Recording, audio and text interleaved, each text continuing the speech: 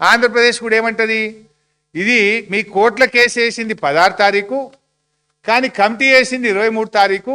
కోర్టుది మొదలు, కమిటీది లేటెస్ట్ కనుక కమిటీదే correct, కోర్టుది null and wide అయిపోతుంది. కోర్టులో జల్లుతుంది. ఇక 16 తారీఖు ఏమో కోర్టులో కొట్లాడటానికి కేసేస్తుంది, 23 తారీఖు నాడేమో మాట్లాడుకుందామని కమిటీ వేస్తుంది.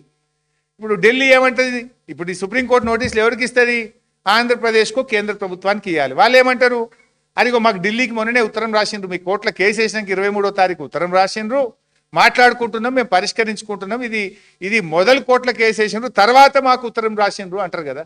అప్పుడు కోర్టులో నీ కేసు వీక్ కాదా, court case null and wide కాదా? నువ్వు కమిటీ వేస్తూ గోదావరి బనకచెర్లకు టెక్నికల్ ఇష్యూస్ పరిష్కారం చేయడానికి ఒక దొంగకు, ఆంధ్ర ఏజెంటుకు, ఆంధ్ర దాసుడికి ఆదిత్యనాథ్ దాస్ చైర్మన్గా పెట్టి ఇటు కమిటీ వేస్తుంది 23 తారీఖు నాడు. అప్పుడు నీ కోర్టులో నీ కేసే వీక్ అయిపోయాయి.